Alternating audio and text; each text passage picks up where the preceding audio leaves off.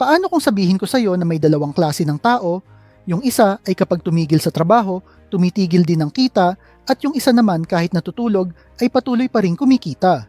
Kaya sa video na ito ay pag-uusapan natin yung dalawang kategory ng income, ito ang active at passive income.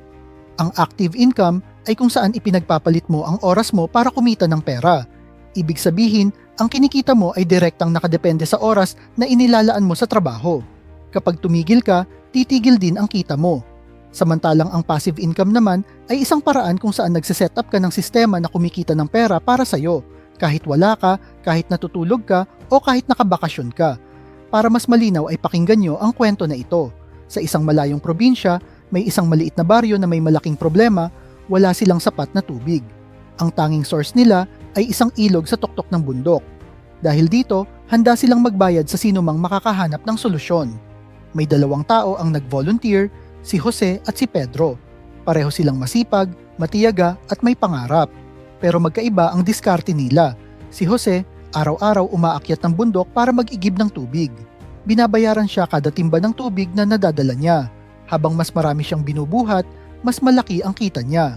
Masaya siya dahil lumalaki ang kita niya, nakabili siya ng bahay, at na-provide niya ang gusto niya para sa pamilya niya.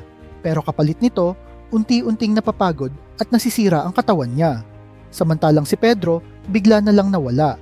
Akala ng lahat sumuko na siya. Pero ang totoo, may binubuo siyang plano. Gumagawa siya ng tubo mula sa ilog pababa sa baryo. Mahirap, matagal at walang kasiguraduhan. Pinagtatawanan pa siya ng mga tao, pero tuloy lang siya.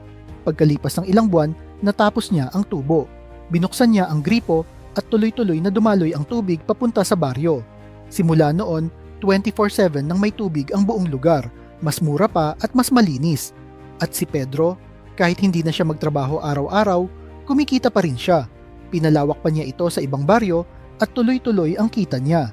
Yan ang malinaw na pagkakaiba ng active at passive income. Si Jose, kumikita base sa oras at pagod niya. Si Pedro, kumikita dahil sa sistemang ginawa niya. Ngayon ang tanong ko sa'yo, anong klaseng income ang meron ka ngayon? Active ba? O may sinisimulan ka na bang passive income? Comment mo naman sa baba. At kung mahilig kayo sa mga videos tungkol sa pera, motivational business, like and share nyo lang ang video na ito at kita-kita po ulit tayo sa mga susunod na video.